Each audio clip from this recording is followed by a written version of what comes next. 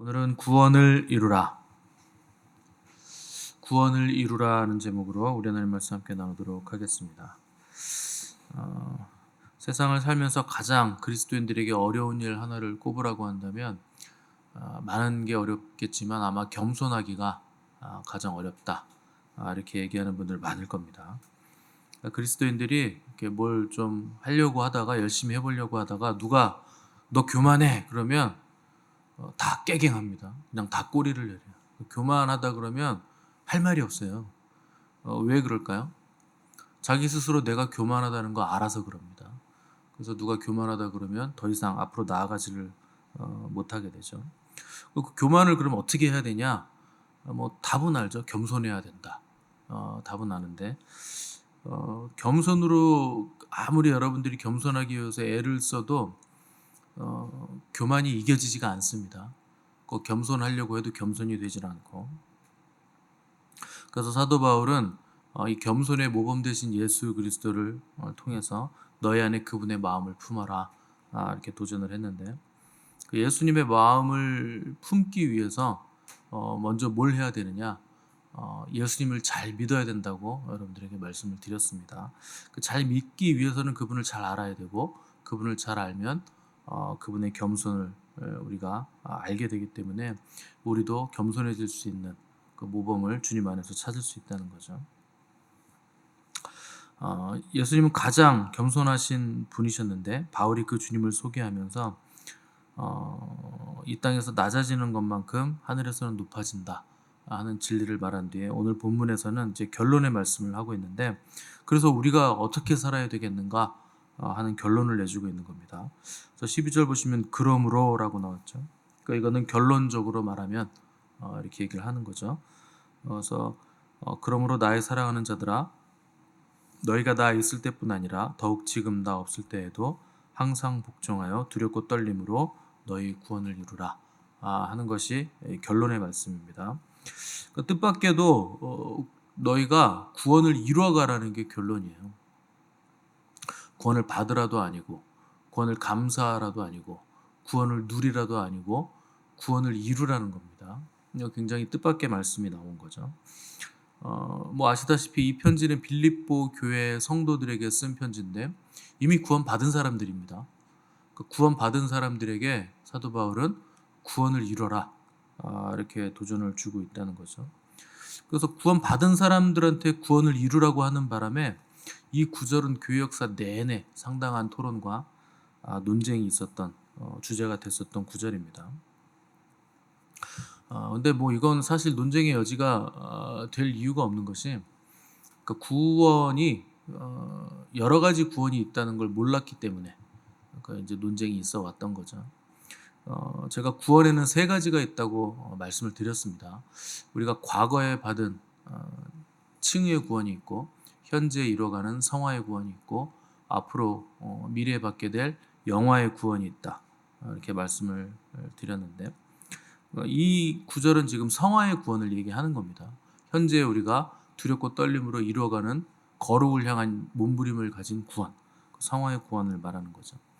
그러니까 성화의 구원은 굉장히 아름다운 교리면서 동시에 필수적인 교리입니다.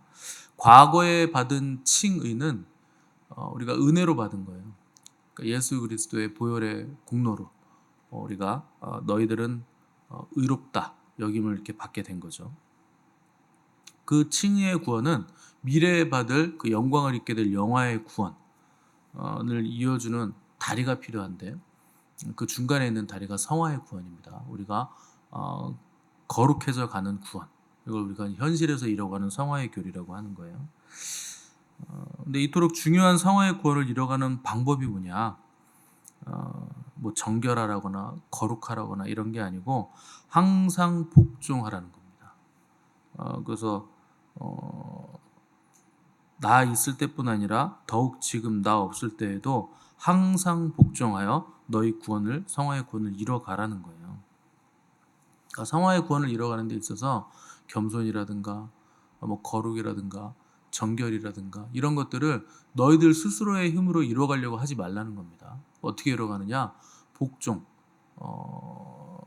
긍정적으로 말하면 순종하는 것이고, 순종이 안 될 때는 억지로라도 복종해서 너희의 성화의 구원을 이뤄가라 하는 것이 바울의 명령이죠.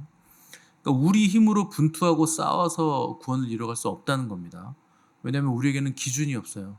그래서 어떤 것은 뭐 거룩을 위해서 열망하면서 싸우고, 또 어떤 것은 또 타협하고 이러면서 우리 마음대로 살아갈 것이기 때문에 정확한 기준이 필요합니다. 그러니까 복종이란 단어가 나온 거예요. 어떤 말씀에 너희가 복종해야 된다. 그러니까 정확한 기준은 하나님의 말씀이 된다는 거죠. 그 어떤 뭐 신학자들이나 그 목사님들은 구원을 어떻게 사람의 힘으로 이뤄가냐, 철저하게 하나님이 하시는 거기 때문에 우리가 할 수 있는 일이 없다, 이렇게 주장하시는데, 뭐 이론적이고 내용적으로 맞는 말씀입니다.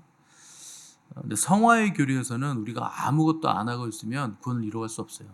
그래서 반드시 피 흘리기까지 싸워야 되고, 굉장한 그 거룩을 향한 열망과 몸부림을 가지고 있어야 된다는 겁니다. 그 이루라는 헬라어가 성취하라라는 뜻이에요. 그러니까 너희들이 힘을 써서 성취하라는 거예요. 그러니까 칭의의 구원은 우리에게 공로가 없습니다. 그러니까 하나님이 해주신 거예요. 그 신분적인 구원은 그 나라의 백성이 되는 구원은 하나님께서 우리에게 일방적으로 해주신 거죠. 근데 이제 깨끗해지는 거룩을 이뤄가고 입어가는 그 과정은, 그러니까 우리가 분투하는 삶을 살아야 된다는 거예요. 가만히 있으면 안 된다는 겁니다. 그래서 구원을 여러분 잘 생각해 보세요. 여러분이 받은 구원도 우리가 이 자리에 오기까지 누가 우리에게 역사하셨는가, 누가 우리를 도우셨는가, 이걸 생각을 해봐야 됩니다. 그러니까 여러분들이 처음에 하나님을 믿을 때는 우리에게 공로가 없었어요. 여러분 뭐 성경 1000번 읽어서 믿었다거나, 아니면 솔로몬처럼 내가 소 1000마리를 드렸더니 하나님을 믿게 됐다거나, 뭐 이런 분들이 없습니다.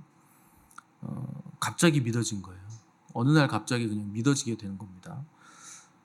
뭐 저 같은 경우는 아무도 집안에 믿는 사람이 없는데 그냥 믿었어요.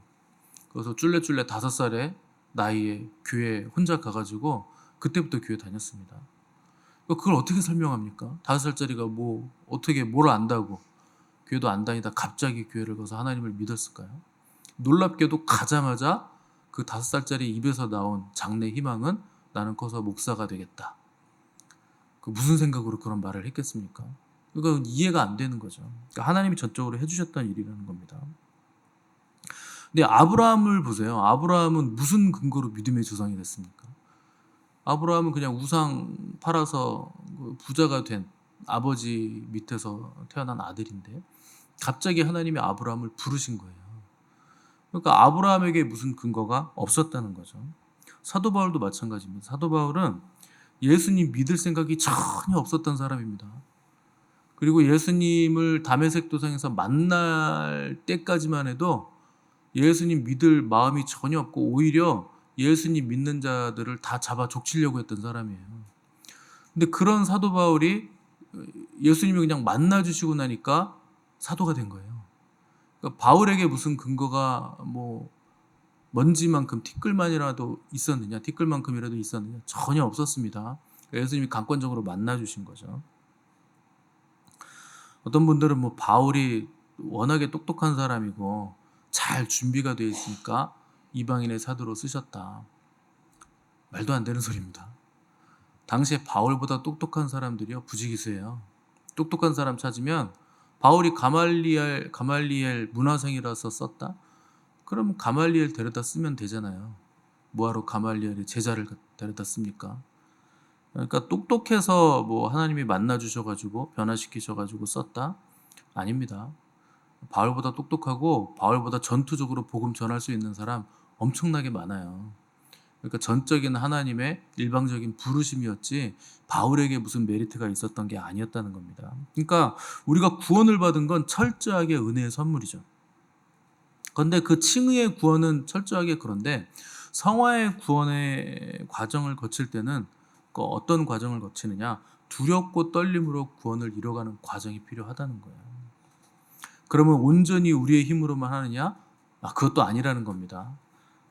그래서 13절 보시면 너희 안에서 행하시고 계시는 분은 하나님이시다. 그분이 자기의 기쁘신 뜻을 위하여 너희로 소원을 두고 행하게 하신다. 그러니까 성화의 구원은 우리가 분투하고 싸우는 과정이 필요한데 이마저도 하나님께서 우리 안에서 먼저 역사하셔서 우리로 이 싸움을 싸워 나갈 수 있게 도와주셨다. 그리고 근본적인 원인은 역시나 하나님께 있다는 거죠. 그러니까 우리의 힘과 능력으로 전적으로 우리의 힘과 능력으로 싸울 수 없다는 거예요. 그래서 우리 안에 거룩에 대한 열망이 생겨나는 거, 하나님을 잘 믿고 싶은 거, 겸손해지고 싶은 거, 이런 욕망들과 그 간절함들이 누가 주시는 거냐? 하나님이 주신다는 거예요. 그러면 왜 두렵고 떨리면서 우리가 구원을 이뤄가는 삶을 굳이 살아가야 되느냐? 아니, 구원의 시작을 하나님께 하셨으니까 과정도 그냥 하나님께서 해주시고 다가올 영화도 하나님이 결국 그렇게 해주신다고 성경에 써 있는데 그냥 다 하나님이 해주시면 안 되는 것인가? 안 되는 겁니다. 그러니까 하나님은 우리가 동역하기를 원하세요. 그리고 우리가 그 하나님의 마음을 알아가기를 원하시고 또 이 과정 중에 죄와 싸우되 피 흘리기까지 싸우는 과정들을 우리에게 요구를 하신다는 거예요. 왜냐하면 그게 하나님의 선하시고 온전하시고 기쁘신 뜻이기 때문에 우리가 그렇게 살아가기를 원한다는 겁니다. 그러니까 이 성화의 과정 중에서 우리의 싸움은 하나님의 기쁘신 뜻이 무엇인가 분별하는 싸움이고 두렵고 떨림으로 그 하나님의 뜻을 이루어가는 싸움이라는 거죠. 그 사무엘 선지자가 나이가 들었을 때 아들들이 사무엘의 뒤를 이어서 사사가 되는데 사무엘은 잘했는데 아들들은 망나니들이었어요. 신통치가 않았다는 거죠. 그러니까 백성들이 사무엘에게 요구하기를 당신은 나이가 들었고 당신의 아들들은 당신과 같지 않으니 우리에게 왕을 세워달라 이렇게 요구를 하게 됩니다. 무슨 말이냐? 당신 좀 있으면 죽을 거 아닙니까? 당신은 늙었고 당신의 아들들은 다 망나니들이니 그냥 차라리 다른 나라처럼 우리에게 왕을 좀 세워달라. 그래야 당신이 죽은 뒤에 우리가 뒷감당이 될 거 아니냐 이렇게 말을 한 거죠. 그때 사무엘이 그러지 마라. 그러니까 하나님이 계신데 왜 인간 왕을 세우느냐 했는데 그들이 계속 요구하니까 하나님께 나아갑니다. 그러니까 하나님 그때 뭐라 그러느냐? 야 그냥 세워줘라. 왕 세워줘라. 그들이 너를 버린 게 아니라 나를 버린 거다. 그냥 세워줘라 이렇게 말씀하시죠. 그러니까 백성들이 요구하는 건 뭐냐? 그 시대의 풍조를 따라가겠다는 거예요. 하나님의 선하시고 기뻐하시고 온전하신 뜻을 따라가는 게 아니라 시대의 흐름을 따라가겠다는 거죠. 왜 그러냐? 다른 나라들은 보니까 그 왕이 있더라는 거예요. 근데 왕이 전투를 너무 잘하는 거예요. 용맹하게 싸움을 잘 해가지고 왕권을 강요해서 중앙 집권화를 딱 시켜가지고 주변 민족을 정복해 가는데 이스라엘 민족들은 보이는 왕이 없는 거예요. 보이지 않는 하나님이 왕이시고 왕의 대리자, 뭐 선지자, 뭐 사사들 이런 사람들만 있었기 때문에 싸움이 너무 힘들다는 겁니다. 그러니까 다른 나라들은 왕이 짜잔 나타나가지고 일사불란하게 전쟁을 수행하면서 막 전쟁의 신처럼 막 말 타고 다니면서 칼로 다 죽이고 얼마나 폼나고 멋있어 보입니까? 그럴듯해 보였다는 거죠. 그러니까 그걸 보니까 너무 부럽고 우리에게도 왕이 필요하겠다. 이런 이제 세태를 따라가게 된 거죠. 그러니까 실상 하나님의 뜻은 하나님이 이스라엘을 직접 통치하시는 게 하나님의 기쁘신 뜻입니다. 근데 그걸 버렸다는 거예요. 나중에는 왕정 체제로 전환된 이스라엘에 걸출한 왕이 등장하는데 그가 다윗입니다. 그때 이스라엘 백성들은 생각했을 거예요. 야, 역시 우리가 왕을 세워달라고 한 거 이거 잘한 거다. 저 다윗 왕이 얼마나 우리를 잘 통치하냐 이렇게 생각했을지도 모르는데 다윗이 하나님의 마음을 하나님의 기쁘신 뜻을 분별했기 때문에 잘 된 거지. 그 왕정 제도가 뭐 능력 있는 제도라거나 거룩한 제도라서 그게 잘 된 건 아니었습니다. 그러니까 다윗 왕이 하나님의 뜻을 잘 분별했다 하는 거죠. 그래서 우리의 싸움은 하나님의 기쁘신 뜻을 분별하는 싸움이어야 되지 뭐 세상의 그 흐름을 따라가는 그런 싸움이 돼서는 안 된다는 거예요. 그래서 14절 보시면 모든 일을 원망과 시비가 없이 하라 이렇게 기록하고 있죠. 하나님의 뜻을 따라가는 사람들은 원망과 시비가 없어야 됩니다. 이 원망과 시비는 사람 간의 원망과 시비를 얘기하기도 하지만 또 하나님과의 관계에서 원망과 시비도 있으면 안 된다는 거예요. 그 광야 1세대가 광야에서 다 죽었는데 왜 죽었느냐? 원망과 시비 때문에 죽은 거예요. 늘 하나님을 원망하고 불평했는데 하나님을 대놓고 원망하고 불평하고 시비를 걸지는 않습니다. 누구에게 거느냐? 모세에게 걸어요. 그러니까 사람에게 원망과 시비를 걸었는데 결국 하나님에 대한 원망과 시비가 돼서 광야에서 다 죽어나가게 된 거죠. 그러니까 왜 원망하고 불평하고 시비를 거는가? 우리 안에서 행하시는 분이 하나님이시라는 걸 잊어버리고 하나님의 기쁘신 뜻을 놓쳐버렸기 때문에 그렇게 됐다는 겁니다. 그럼 다윗 왕은 어떻게 그렇게 하나님의 기쁘신 뜻을 잘 준행하게 됐는가? 하나님이 뭘 하면 기뻐하실까를 늘 생각했기 때문에 그래요. 그 다윗은 자기가 다윗 왕이 됐을 때 무슨 생각을 하느냐? 하나님의 언약궤를 찾아올 생각을 합니다. 그래가지고 기특한 생각을 해서 언약궤를 이제 가져오는데 그 문제는 율법대로 하지 않고 이방인들, 세상 사람들이 하는 방법으로 소가 끄는 수레의 언약궤를 이제 싣고 오는 방법을 택합니다. 그러다 소가 뛰니까 언약궤가 흔들릴 것 같아서 옆에 있던 우사가 언약궤에 손을 대는 바람에 그 자리에서 즉사하죠. 이때 다윗이 두려움에 빠져요. 그래서 언약궤를 다윗성으로 가져오지 못하고 오베데돔이라는 사람의 그 레위인의 집에 이제 갖다 뒀습니다. 3개월 보관했는데 그 덕분에 오베데돔이 형통해요. 언약궤를 보관하는 바람에. 그러니까 엄청난 축복을 받게 됩니다. 그러니까 다윗이 그걸 보면서 다시 언약궤를 가져와야 되겠다 하는 용기를 얻게 됩니다. 그래서 그때부터 말씀을 열심히 공부합니다.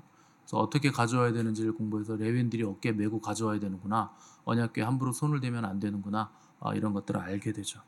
그래서 다윗성으로 이제 그 레위인들 제사장들이 어깨에 메고서 그 몇 걸음을 걸어봐요. 전승에 의하면 6걸음을 걸었는데 아무도 죽지 않았다.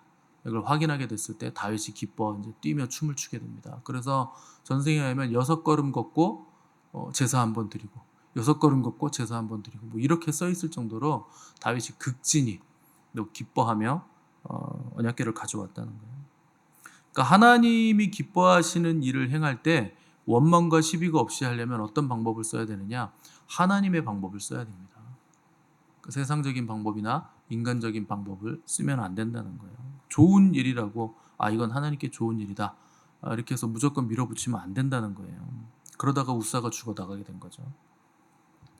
그래서 결국 다윗성에 언약궤가 안착이 됐는데 다윗이 자기가 이제 왕궁에 살면서 가만히 생각을 하니까 나는 이렇게 좋은 궁에 사는데 하나님의 궤는 아직도 천막에 있는 거예요.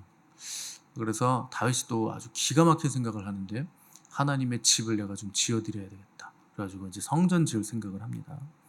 너무나 좋은 생각이잖아요. 하나님을 기쁘시게 해드릴 생각. 그런데 다윗은 짓지 못합니다.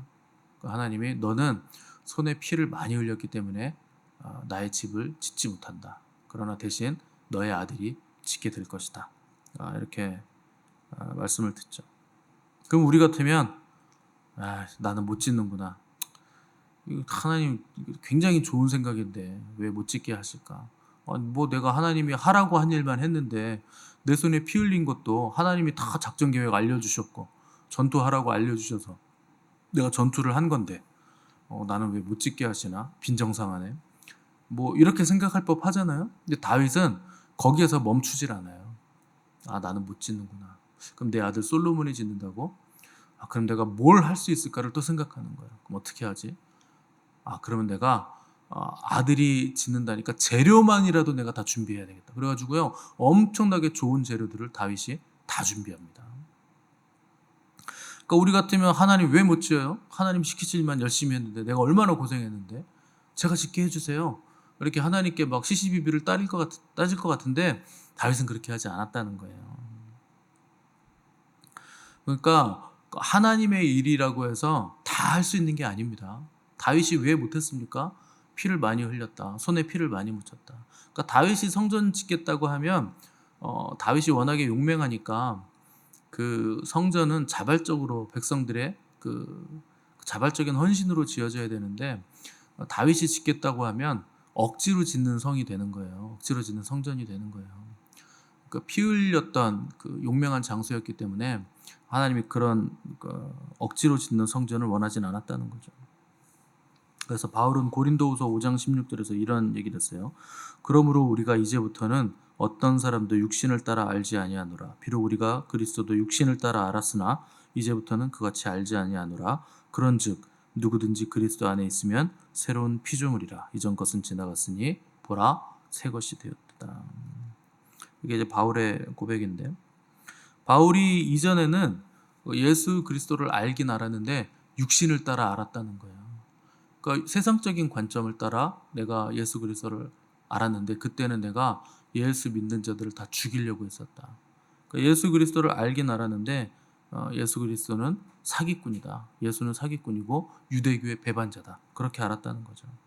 그래서 그렇게 그 사람을 믿는 자들을 다 죽이기 위해 열심을 냈던 거죠.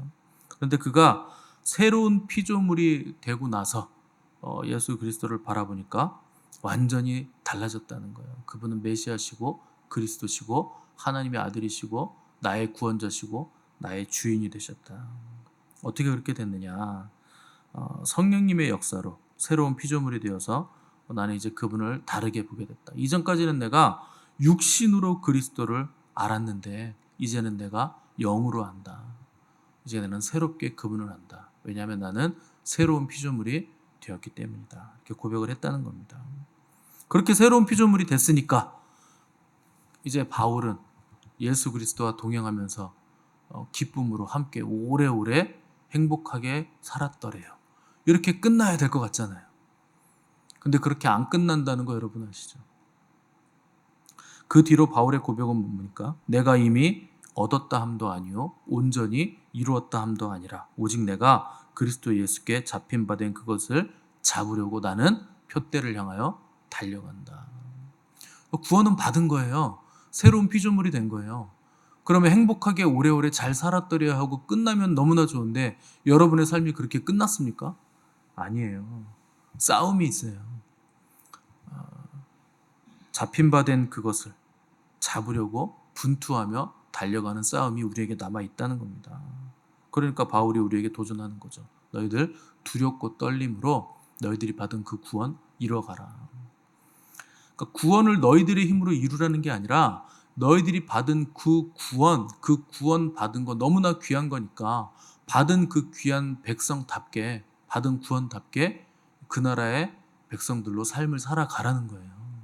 자격이 너에게 주어졌으니 그 자격을 가지고 아무것도 하지 않는 삶을 사는 게 아니라 혼탁한 기류를 거슬러 올라가는 거룩한 몸부림을 가지고 너희의 구원을 이뤄 가라는 겁니다.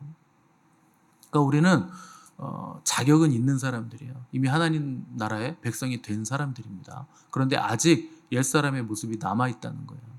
완전히 이룬 게 아니고 되어져 가는 사람들이기 때문에 우리에게 싸움이 남아있다는 거예요. 그래서 두렵고 떨림으로 이 싸움을 싸워 나가라는 겁니다. 왜 그렇게 무엇을 위해서 그렇게 가는가? 우리가 하나님의 아들의 형상을 담기 위해서 예수 그리스도를 담기 위해서 우리에게 이 싸움이 남아있다는 겁니다. 그래서 끊임없이 우리에게 남아있는 옛사람의 본성을 꺾어내고 자아의 본성을 꺾어내고 하나님의 기쁘신 뜻에 순종하기 위해서 복종하기 위해서 몸부림치는 성화의 삶을 우리가 살아나가야 된다는 겁니다. 그래서 여러분들 우리가 다 이룬 자가 아니라 되어가는 자들이다. 여전히 부족하고 여전히 옛사람의 옛 자아의 본성이 남아있는 자들이라는 거 기억하시고 하느님이 주신 구원에 수동적으로 반응하지 마시고 능동적으로 반응을 하셔야 됩니다. 그래서 두렵고 떨림으로 이 구원을 확증하여 하나님이 목적하신 그 영화의 구원에 이르시는 복된 저 여러분들 되시기를 간절히 바랍니다.